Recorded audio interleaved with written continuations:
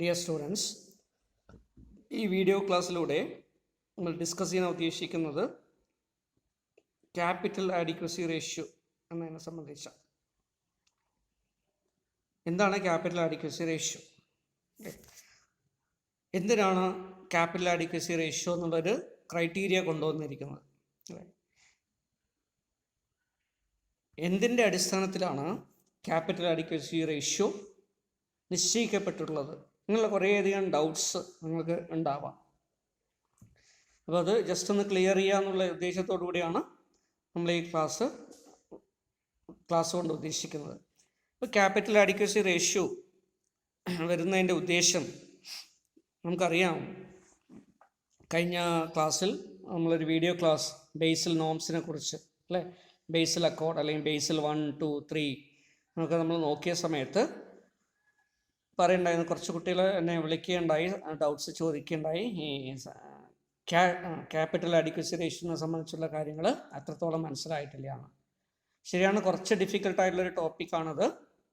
പക്ഷെ നമ്മൾ അറിഞ്ഞിരിക്കേണ്ട ഒരു കാര്യം, നമ്മൾ ഫൈനൽ അക്കൗണ്ട് ഓഫ് ബാങ്കിങ് കമ്പനീസാണ് പഠിക്കുന്നത്, അല്ലേ. അപ്പോൾ ഇവിടെ ക്യാപിറ്റൽ ആഡിക്വസി റേഷ്യോസുമായി ബന്ധപ്പെട്ടുള്ള കാൽക്കുലേഷൻ ഒന്നുമില്ല. പിന്നെ എന്താണ് നമുക്ക് അറിഞ്ഞിരിക്കേണ്ടത്? ചിലപ്പോൾ 2 മാർക്കിനൊക്കെ ആയിട്ട് ചോദിക്കാം, അല്ലേ. What you mean by capital adequacy ratio, അല്ലെങ്കിൽ what you mean by capital adequacy എന്താണ്, അല്ലെങ്കിൽ ക്രാർ എന്ന് പറഞ്ഞാൽ എന്താണ്, ഓക്കെ, അല്ലെങ്കിൽ ബേസിൽ നോംസ് എന്ന് പറഞ്ഞാൽ എന്താണ്, ബേസിൽ അക്കോർഡ് എന്ന് പറഞ്ഞാൽ എന്താണ്, അങ്ങനെ ചിലപ്പോൾ 2 മാർക്കിനായിട്ടൊക്കെ ചോദിക്കാൻ സാധ്യതയുണ്ട്. അപ്പോൾ അതുകൊണ്ടാണ് അങ്ങനെ ഒരു വീഡിയോ നമ്മൾ നിങ്ങൾക്ക് ഷെയർ ചെയ്തത്. എങ്കിലും കുറച്ചുകൂടെ അത് ക്ലാരിഫൈ ചെയ്യാൻ വേണ്ടിയിട്ട് നമ്മൾ ഇതിലൂടെ ശ്രമിക്കാം. Okay, capital adequacy ratio is also known as capital to risk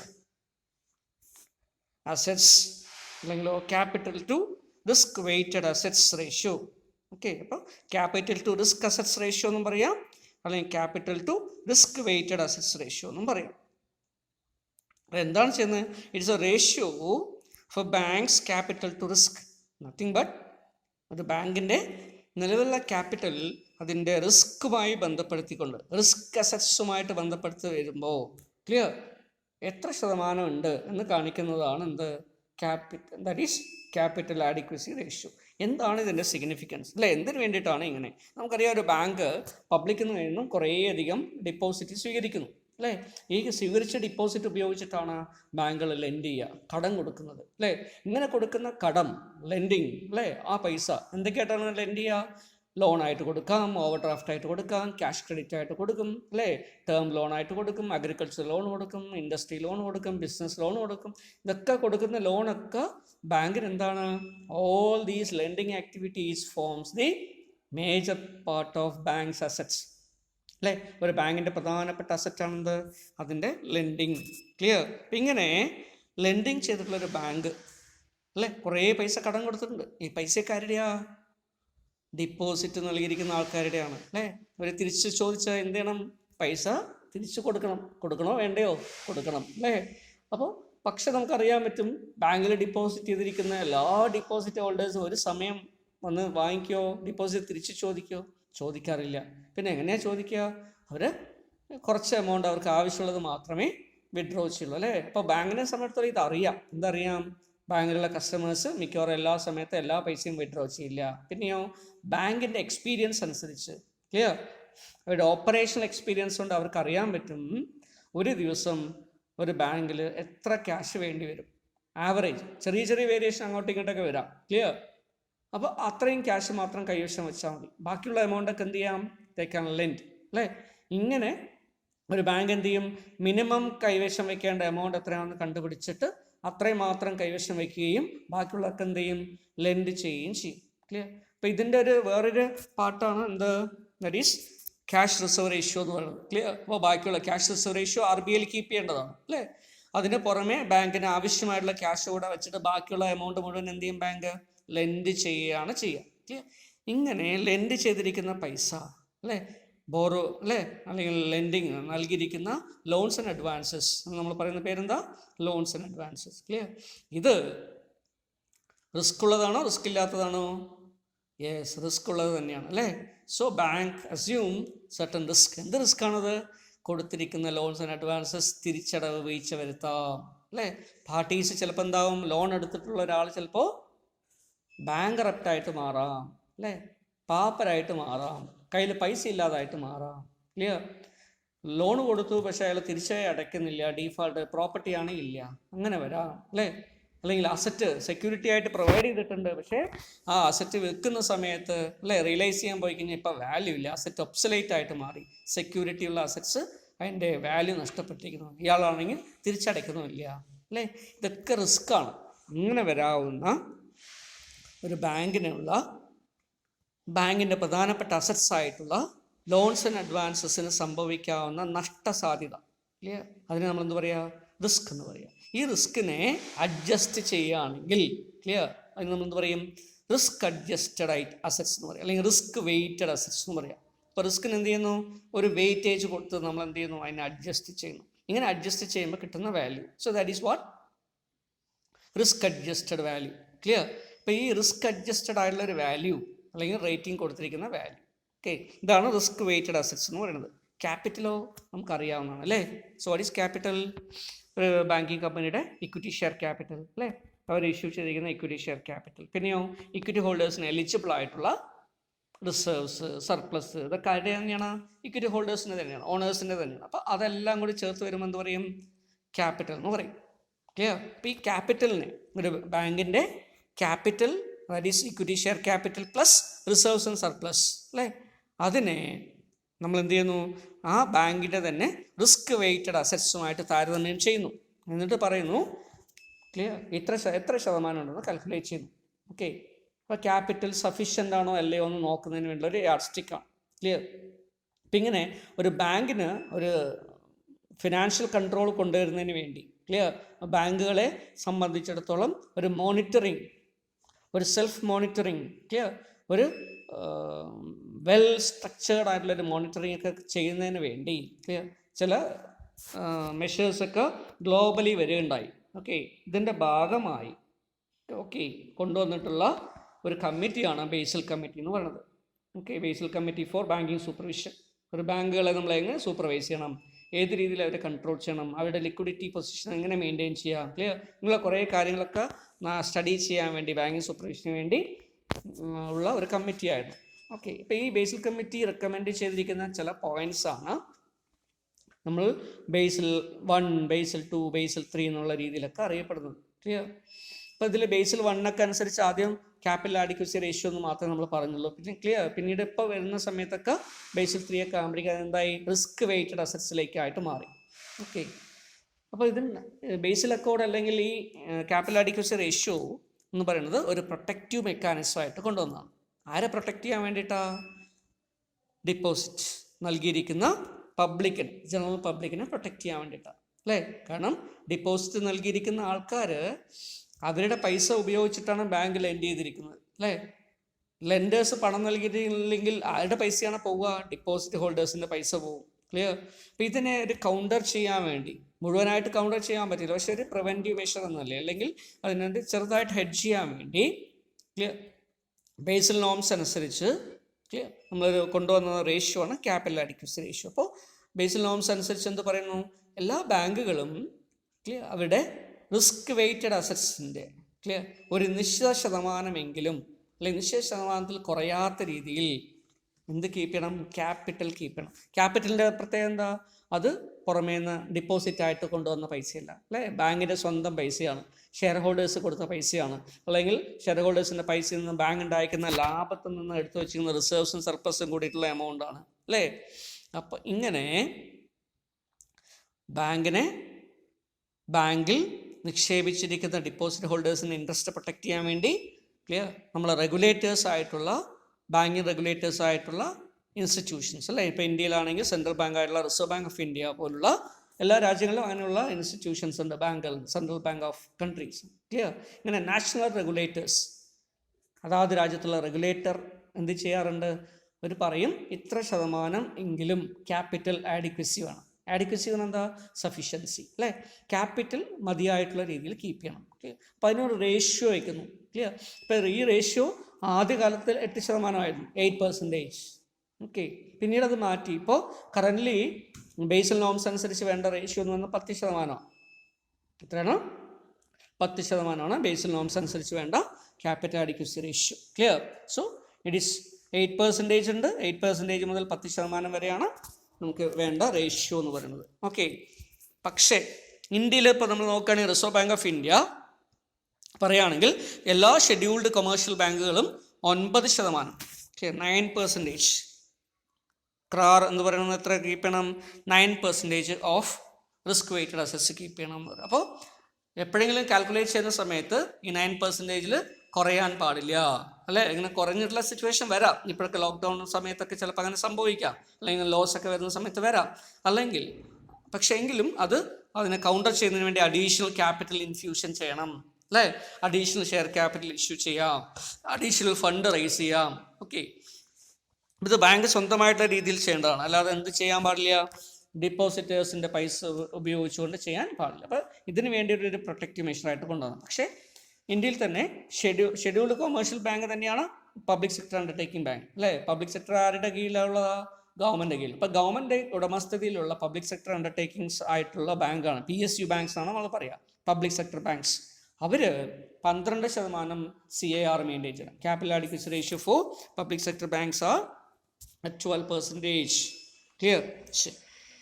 ഇതാണ് ഇതിൻ്റെ തിയററ്റിക്കൽ കേട്ടോ. ഇത്രയേ ഉള്ളൂ ഇതിൻ്റെ സിഗ്നിഫിക്കൻസ് നമ്മളെ സംബന്ധിച്ചിടത്തോളം.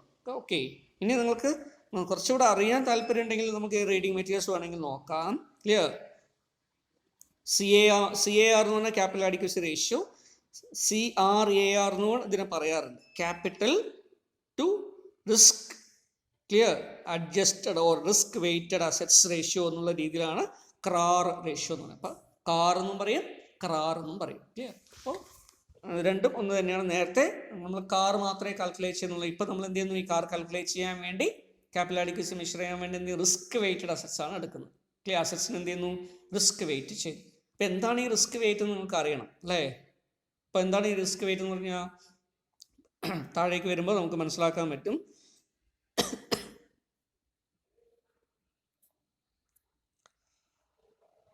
സോ ഫോർ എക്സാമ്പിൾ, ഒരു ബാങ്കിന് എങ്ങനെയാണ് റിസ്ക് വെയിറ്റേജ് കൊടുക്കുക? കുറേയധികം ലോൺസും അഡ്വാൻസസ് ഒക്കെ ഉണ്ട്. ഇതൊക്കെ ബാങ്കിൻ്റെ അസറ്റ്സ് ആണ്, അല്ലേ?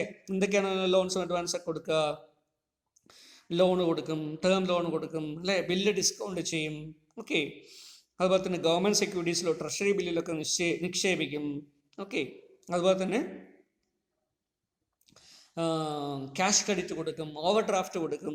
ഇതെല്ലാത്തിനും ടേമും ഇൻട്രസ്റ്റ് റേറ്റും ഒക്കെ വ്യത്യാസമായിരിക്കും, അല്ലേ? ചില ആളുകൾക്ക് ചില സെക്ടേഴ്സിൽ ലോൺ കൊടുത്തു കഴിഞ്ഞാൽ വളരെ പെട്ടെന്ന് കിട്ടും, ചില സെക്ടേഴ്സ് ആണെങ്കിൽ കുറയും, അല്ലേ? പീരീഡ് കൂടുന്തോറും ചിലപ്പോൾ റിസ്ക് കൂടുതലായിരിക്കും. അതുപോലെ ഷോർട്ട് പീരീഡിലുള്ള ലെൻഡിങ് ആണെങ്കിൽ പെട്ടെന്ന് തിരിച്ചു കിട്ടാനുള്ള സാധ്യതയുണ്ട്. ഇങ്ങനെ പല കാര്യങ്ങളുള്ളതുകൊണ്ട് നമ്മൾ കൊടുത്തിരിക്കുന്ന ലോൺസ് ആൻഡ് അഡ്വാൻസസിനെല്ലാം അതിൻ്റെ റിസ്ക് എക്സ്പോഷർ, നഷ്ടസാധ്യതയുടെ അടിസ്ഥാനത്തിൽ എന്ത് ചെയ്യും? നമ്മളൊരു വെയിറ്റേജ് കൊടുക്കുന്നു. ക്ലിയർ? സേ ഫോർ എക്സാമ്പിൾ, നമ്മൾക്ക് ആകെ ഒരു 100 യൂണിറ്റ്സ് അല്ലെങ്കിൽ 100 റുപ്പീസാണ് ഒരു ബാങ്കിൻ്റെ എന്ന് വിചാരിക്കുക. അതിൽ ബാങ്കിൻ്റെ അസറ്റ്സ് മുഴുവൻ നോക്കുമ്പോൾ ക്യാഷ് 10 യൂണിറ്റ് ഉണ്ട്, ഗവൺമെൻറ് ബോൺസിൽ 15 റുപ്പീസ് ഉണ്ടെന്ന് വിചാരിക്കുക, മോർഗേജ് ലോൺസ് 20 യൂണിറ്റ് എന്ന് വിചാരിക്കുക, അതർ ലോൺസ് 50 യൂണിറ്റ് എന്ന് വിചാരിക്കുക, അതർ അസറ്റ്സ് 5. ഓക്കെ, ഇതൊക്കെയാണ് ബാങ്കിൻ്റെ പ്രധാനപ്പെട്ട അസറ്റ്സ്. ശരി, ഇനി നമ്മൾ റിസ്കിനെ വെയിറ്റ് ചെയ്യാണ്. എങ്ങനെയാണ് നമുക്ക് ചെയ്യാൻ പറ്റുക? സോ ഇപ്പോൾ ടോട്ടൽ എത്ര വരുന്നു നോക്കൂ. 25, 20, 45, അല്ലേ? 45, 50, 95. ക്ലിയർ? ഓക്കെ, 95 ഇതിൻ്റെ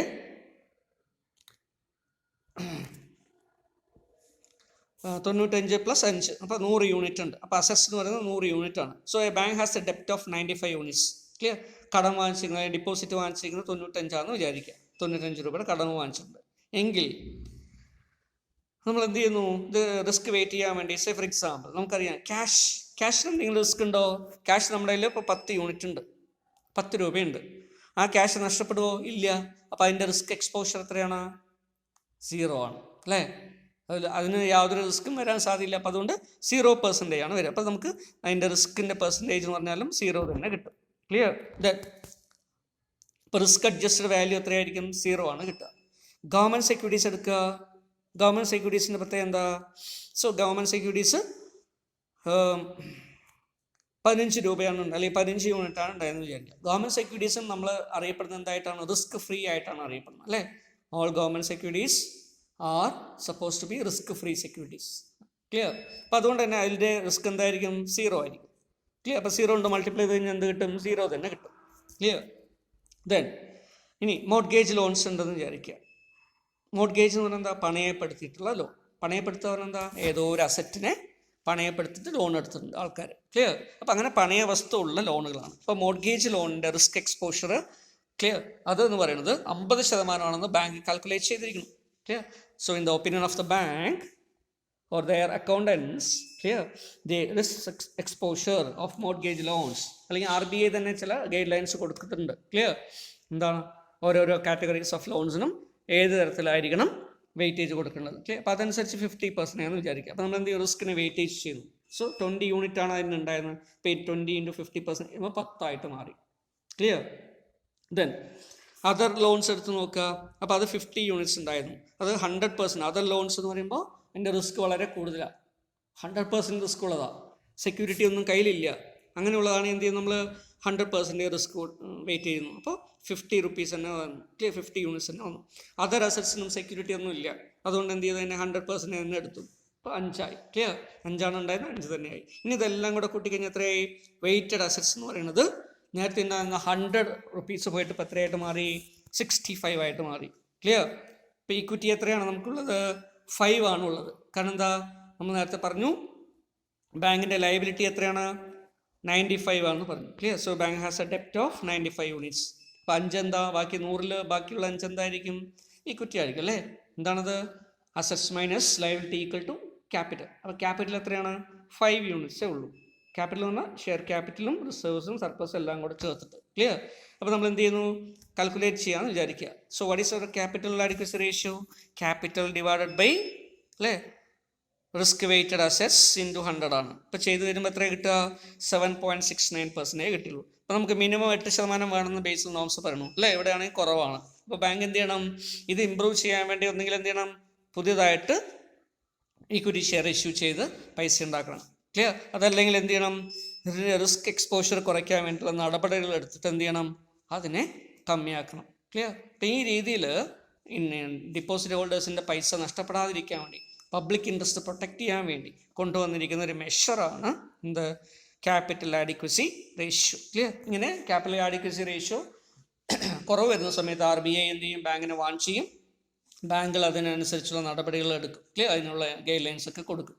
so this is how capital adequacy ratio is working. Clear.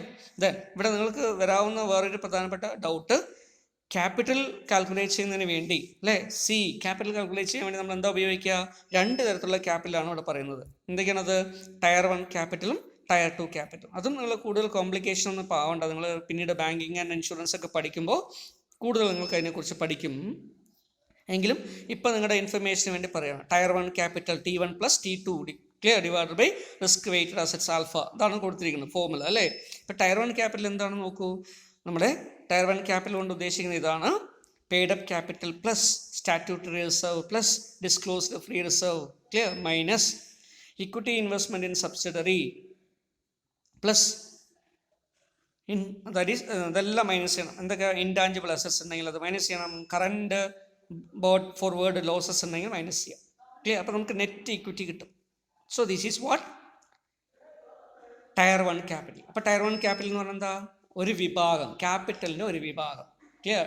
Tyre കൊണ്ട് മീൻ ചെയ്യുന്നത് എന്താണ്? ഒരു സ്റ്റേജ്, ഒരു വിഭാഗം. ക്ലിയർ.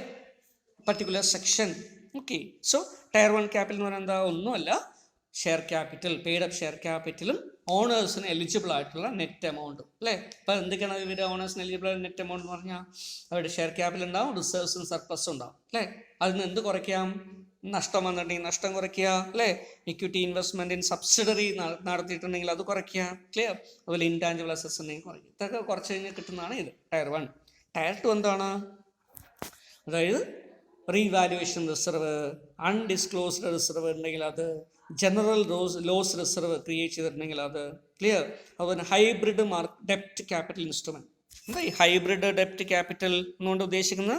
കൺവേർട്ടബിൾ ഡിബഞ്ചർ ആയിരിക്കാം. ഡിബഞ്ചറിനെ കൺവേർട്ട് ചെയ്തിട്ട് ക്ലിയർ ഇക്വിറ്റി ആക്കി മാറ്റാൻ വേണ്ടിയിട്ടാണ് ഇഷ്യൂ ചെയ്തിരിക്കുന്നത് വിചാരിക്കുക. അപ്പോൾ അതെന്താവും? കുറച്ച് കഴിയുമ്പോൾ ഇക്വിറ്റി ആയിട്ട് മാറും അല്ലേ? ഓക്കെ. അതുപോലെ തന്നെ കൺവേർട്ടബിൾ പ്രിഫറൻസ് ഷെയർ ഉണ്ടെന്ന് വിചാരിക്കുക അല്ലേ? കുറച്ച് കഴിയുമ്പോൾ എന്തായിട്ട് മാറും? അത് പ്രിഫറൻസ് ഷെയർസ് ആയിട്ട് മാറും. ഇങ്ങനെ കൺവേർട്ടബിൾ ആയിട്ടുള്ള സെക്യൂരിറ്റീസ് ഉണ്ടെങ്കിൽ ഓക്കെ അതിൻ്റെ എമൗണ്ട് എടുക്കണം. Okay okay very good.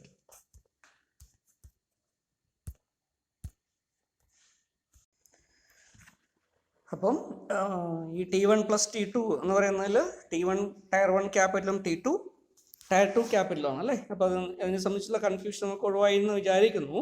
കാരണം ടയർ 1 എന്നുള്ള ഉദ്ദേശിക്കുന്നത് ഇക്വിറ്റി ഷെയർ ഹോൾഡേഴ്സിൻ്റെ ഷെയർ ക്യാപിറ്റലും അവർക്ക് എലിജിബിൾ ആയിട്ടുള്ള ഫ്രീ റിസർവ്സുമാണ്. ക്ലിയർ. പക്ഷേ രണ്ടാമത്തത് ടയർ 2 കൊണ്ട് ഉദ്ദേശിക്കുന്നത് എന്താ? ഇക്വിറ്റി ഷെയർ ആക്കി മാറ്റാൻ സാധ്യതയുള്ള ഹൈബ്രിഡ് സെക്യൂരിറ്റീസ്. ഇതിന് പറയുന്ന പേരാണ് ഹൈബ്രിഡ്. ക്ലിയർ. ഇങ്ങനെയുള്ള കൺവേർട്ടബിൾ ആയിട്ടുള്ള ഡിബെഞ്ചറോ കൺവേർട്ടബിൾ ആയിട്ടുള്ള പ്രിഫറൻസ് ഷെയറോ അല്ലെങ്കിൽ മറ്റൊരു തരത്തിൽ പറഞ്ഞാൽ ഇറഡീമബിൾ ഡിബെഞ്ചേഴ്സ് അല്ലെങ്കിൽ ഇറഡീമബിൾ പ്രിഫറൻസ് ഷെയർസ് ഇതൊക്കെ ഉണ്ടെങ്കിൽ അത് വൈൻഡിങ് അപ്പ് സമയത്ത് മാത്രമേ കൊടുക്കുള്ളൂങ്കിൽ അതോ അതുപോലെ തന്നെ അൺഡിസ്ക്ലോസ്ഡ് ആയിട്ടുള്ള റിസർവ്, റീവാലുവേഷൻ റിസർവ്, അതുപോലെ തന്നെ ലോസ് മാർജിൻ സെറ്റ് ഓഫ് ചെയ്യാൻ വേണ്ടി ക്രിയേറ്റ് ചെയ്തിരിക്കുന്ന ലോസ് ക്ലിയർ മാർജിൻ റിസർവ്, ഇങ്ങനെയുള്ള കുറേ റിസർവ്സ് ഇതെല്ലാം കൂടെ ആഡ് ചെയ്ത് നോർമലി അത് നമ്മൾ റിസർവ്സ് സർപ്ലസിൽ എടുക്കാറില്ല. Clear. Revaluation reserve will not form purpose of the free reserve. കാരണം എന്താ അത് റിയലൈസ് ചെയ്തിട്ടില്ല അല്ലേ. റീവാലുവേഷൻ റിസർവ് എപ്പോഴും എന്താവില്ല, റിയലൈസ് ചെയ്യാത്ത അൺറിയലൈസ്ഡ് ആയിട്ടുള്ള പ്രോഫിറ്റ് ആണ്. അപ്പോൾ അതുകൊണ്ട് അത് എടുക്കാറില്ല. പക്ഷേ ഇവിടെ അതുകൂടെ എടുത്തിട്ട് നമ്മൾ കാൽക്കുലേറ്റ് ചെയ്യുകയാണെങ്കിൽ ടയർ 2. അപ്പോൾ ടയർ 1ഉം ടയർ 2ഉം രണ്ടും കൂടെ ആഡ് ചെയ്ത് നമ്മൾ റിസ്ക് അഡ്ജസ്റ്റഡ് ആയിട്ടുള്ള അസറ്റ്സ് കൊണ്ട് ഡിവൈഡ് ചെയ്ത് ഇൻറ്റു 100 ചെയ്യുമ്പോൾ നമുക്ക് എന്ത് കിട്ടും? CRAR റേഷ്യോ അല്ലെങ്കിൽ ക്യാപിറ്റൽ അഡിക്വസി റേഷ്യോ അല്ലെങ്കിൽ capital to risk weighted assets ratio കിട്ടും. ഈ റേഷ്യോ ആണ് നമ്മളൊരു ഇൻഡിക്കേറ്റർ ആയിട്ട് ഉപയോഗിക്കുക. അപ്പോൾ റിസർവ് ബാങ്ക് ഓഫ് ഇന്ത്യയുടെ കറൻ്റ്ലി ഇപ്പോഴുള്ള ഗൈഡ് ലൈൻസ് അനുസരിച്ച് പബ്ലിക് സെക്ടർ അണ്ടർടേക്കിങ്സ് ആയിട്ടുള്ള ബാങ്കുകൾ, പബ്ലിക് സെക്ടർ ബാങ്കുകൾ 12%, മറ്റുള്ള ഷെഡ്യൂൾഡ് ബാങ്കുകൾ 9% കീപ്പ് ചെയ്യണമെന്നുണ്ട്. ക്ലിയർ. അതുപോലെ തന്നെ CAR റേഷ്യോ ബേസിൽ നോംസ് അനുസരിച്ച് 8% മുതൽ 10% വരെയാണ്. ക്ലിയർ. അപ്പോൾ ഇതൊക്കെ നമ്മൾ അറിഞ്ഞിരിക്കേണ്ട ബാങ്കിൻ്റെ ചാപ്റ്റർ നമ്മൾ പഠിക്കുന്നുണ്ട്. ബാങ്കിങ് കമ്പനിയുടെ അക്കൗണ്ട്സുമായി ബന്ധപ്പെട്ട് ഡീൽ ചെയ്യുന്നതുകൊണ്ട് അറിഞ്ഞിരിക്കേണ്ട ചില ടേംസ് എന്നുള്ള രീതിയിലാണ് നമ്മൾ നോക്കുന്നത്. ക്ലിയർ. അപ്പോൾ കൂടുതലായിട്ട് ഇതിൻ്റെ പ്രോബ്ലം സൊല്യൂഷനിലേക്ക് നമ്മൾ പോകണ്ട, കാരണം അതിൻ്റെ ആവശ്യം നമുക്കില്ല. തിയറി നമ്മൾ മനസ്സിലാക്കി വയ്ക്കുക. ഇതാണ് എൻ്റെ കോൺസെപ്റ്റ് അല്ലേ. ഇപ്പോൾ എന്തിനാണ് ക്യാപിറ്റൽ അഡിക്വസി വേണ്ടി വരുന്നത്? ജനറൽ പബ്ലിക്കിൻ്റെ ഇൻട്രസ്റ്റ് പ്രൊട്ടക്റ്റ് ചെയ്യാൻ, ഡിപ്പോസിറ്റ് ഹോൾഡേഴ്സിൻ്റെ ഇൻട്രസ്റ്റ് പ്രൊട്ടക്റ്റ് ചെയ്യാൻ ഇതൊരു ടൂളായിട്ട് നമുക്ക് ഉപയോഗിക്കുന്നു. റിസർവ് ബാങ്ക് ഓഫ് ഇന്ത്യ ഉപയോഗിക്കുന്നു അല്ലെങ്കിൽ റെഗുലേറ്റേഴ്സ് ഉപയോഗിക്കുന്നു. എന്തനുസരിച്ചിട്ടാണ് ഇങ്ങനെ ഒരു ടൂൾ കൊണ്ടുവന്നത്? അത് ബേസൽ കമ്മിറ്റിയുടെ റെക്കമെൻഡേഷൻ അനുസരിച്ചിട്ടാണ് കൊണ്ടുവന്നത്. അതുകൊണ്ട് ഇതിന് എന്ത് പറയപ്പെടുന്നു? ബേസൽ നോംസ് എന്നുള്ള രീതിയിൽ അറിയപ്പെടുന്നു. ക്ലിയർ. അപ്പോൾ ബേസൽ അക്കോർഡിനെ കുറിച്ച് അല്ലെങ്കിൽ ബേസൽ നോംസിനെ കുറിച്ച് നമ്മൾ പഠിക്കുമ്പോഴൊക്കെ ഈ ക്യാപിറ്റൽ അഡിക്വസി റേഷ്യോ കുറിച്ച് പഠിക്കാറുണ്ട്. ക്ലിയർ. അപ്പോൾ ഓരോ രാജ്യത്തും ബേസൽ നോംസ് അല്ലെങ്കിൽ ബേസൽ കമ്മിറ്റിയുടെ റെക്കമെൻഡേഷൻ എന്ന് പറയുന്നത് ഇൻ്റർനാഷണൽ ലെവലിലുള്ള റെക്കമെൻഡേഷൻ. അതായത് ഇൻ്റർനാഷണൽ ഏജൻസി, ഒരു ഇൻ്റർനാഷണൽ കമ്മിറ്റി ആയിട്ടാണ് വേൾഡ് ഓവറുള്ള ബാങ്കുകൾ സ്റ്റഡി ചെയ്ത് മോണിറ്റർ ചെയ്യുന്നതിന് വേണ്ടിയിട്ടുള്ള ഒരു മെക്കാനിസം എന്നുള്ള രീതിയിലാണ് അവർ പ്രൊവൈഡ് ചെയ്തത്. അപ്പോൾ ഓരോ രാജ്യങ്ങൾക്കും എന്ത് ചെയ്യാൻ പറ്റും? അവരവരുടെ റെഗുലേറ്റേഴ്സ് ആവശ്യമായുള്ള രീതിയിൽ ചെറിയ മോഡിഫിക്കേഷനോടുകൂടി അത് ഇംപ്ലിമെൻറ്റ് ചെയ്യാം. ക്ലിയർ. ഇങ്ങനെ ബാങ്കിങ് സൂപ്പർവിഷൻ എഫക്റ്റീവ് ആക്കുന്നതിന് വേണ്ടി, പബ്ലിക് ഇൻട്രസ്റ്റ് പ്രൊട്ടക്റ്റ് ചെയ്തുകൊണ്ട് ബാങ്കിങ് സൂപ്പർവിഷൻ ചെയ്യുന്നതിന് വേണ്ടി, പബ്ലിക് ഇൻട്രസ്റ്റ് പ്രൊട്ടക്റ്റ് ചെയ്തുകൊണ്ട് അല്ലെങ്കിൽ ഡിപ്പോസിറ്റ് ഹോൾഡേഴ്സിൻ്റെ ഇൻട്രസ്റ്റ് പ്രൊട്ടക്റ്റ് ചെയ്യുന്നതിന് വേണ്ടിയിട്ട് എല്ലാം വേണ്ടിയിട്ട് എന്ത് ചെയ്യുന്നു? ക്യാപിറ്റൽ അഡിക്വസി നോംസ് കൊണ്ടുവന്നിട്ടുണ്ട്. ഇന്ത്യയിൽ നാഷണൽ റെഗുലേറ്റർ ആയിട്ടുള്ള റിസർവ് ബാങ്ക് ഓഫ് ഇന്ത്യ ഇത് എൻഫോഴ്സ് ചെയ്യുന്നു. ഓക്കെ. ഇത് സ്വന്തമായിട്ടുള്ള പൈസ മുടക്കുന്ന സമയത്ത് അല്ലേ, ഇക്വിറ്റി ക്യാപിറ്റൽ, ടയർ 1 ക്യാപിറ്റൽ എന്നൊക്കെ പറയുമ്പോൾ എന്താ, ഇക്വിറ്റി ഹോൾഡേഴ്സിൻ്റെ പൈസയാണ്. അപ്പോൾ അവർ ബാങ്കിൻ്റെ അവരുടെ പൈസയാണ് നഷ്ടപ്പെടുക അല്ലേ. നഷ്ടപ്പെടുമ്പോൾ ഒരു മിനിമം പൈസ അവർ ഇറക്കിയിട്ടുണ്ട്. ക്ലിയർ. ഇങ്ങനെ ഇറക്കുകയാണെങ്കിൽ അവർക്ക് കൂടുതൽ എന്തിനെ കുറിച്ചുള്ള ശ്രദ്ധയുണ്ടാവും? അതിൻ്റെ കളക്ഷൻ, റീപേയ്മെൻറ്റ് അല്ലെങ്കിൽ അസറ്റ്സിൻ്റെ റിസ്ക് കുറയ്ക്കാനുള്ള ശ്രമം ഒക്കെ അവരുടെ ഭാഗത്തു നിന്നുണ്ടാവും. ക്ലിയർ. അതുപോലെ നോൺ പെർഫോമിങ് അസറ്റ്സിൻ്റെ സാധ്യതയൊക്കെ വളരെ കുറച്ച് കൊണ്ടുവരാൻ അവർ ശ്രമിക്കും. എന്താ കാരണം കൂടുതൽ എമൗണ്ട് ഇറക്കിയിരിക്കുന്ന ആരാണ്? അല്ലെങ്കിൽ കുറച്ചെങ്കിലും എമൗണ്ട് ഇറക്കിയിട്ടുണ്ട്? ഇക്വിറ്റി ഹോൾഡേഴ്സ് ഇറക്കിയിട്ടുണ്ട്. അതല്ല എങ്കിലോ ഈ നോംസ് ഇല്ല എന്ന് വിചാരിക്കുക, എന്താ സംഭവിക്കുക? കാരണം ബാങ്കുകൾ ഡിപ്പോസിറ്റ് വാങ്ങിക്കും, ആ പൈസ ഉപയോഗിച്ച് ലെൻഡ് ചെയ്യും അല്ലേ. ബാങ്കിനെ സമയത്തോളം ഓണേഴ്സിന് എന്തില്ല, റിസ്കേ ഇല്ല അല്ലേ. അപ്പോൾ അവരെന്ത് ചെയ്യും? ലെൻഡേഴ്സ് അല്ലെങ്കിൽ കടം കൊടുത്തിരിക്കുന്ന ആൾക്കാർ തിരിച്ചു തന്നാലും ഇല്ലെങ്കിൽ അവർക്ക് നിന്നും മാറ്റേഴ്സ് അല്ല നഷ്ടപ്പെടുന്നത്, ഡിപ്പോസിറ്റ് ഹോൾഡേഴ്സിൻ്റെ പൈസയാണെന്നുള്ള രീതിയിൽ വെറുതെ ഇരിക്കും. അപ്പോൾ അത് ഒഴിവാക്കാൻ വേണ്ടി ബാങ്കുകളെ കൂടെ, ബാങ്കിൻ്റെ മാനേജ്മെൻറ്റിനെ കൂടെ, ബാങ്കിൻ്റെ ഓണേഴ്സിനെ കൂടെ, ക്ലിയർ, ബാങ്കിൻ്റെ ക്രെഡിറ്റുമായി ബന്ധപ്പെട്ടുള്ള കാര്യങ്ങൾ കുറച്ചുകൂടെ കൺട്രോൾ കൊണ്ടുവരുന്നതിന് വേണ്ടി ക്യാപിറ്റൽ അഡിക്വസി റേഷ്യോ നമ്മൾ എൻഫോഴ്സ് ചെയ്യുന്നു. Clear. So this is what capital adequacy ratio.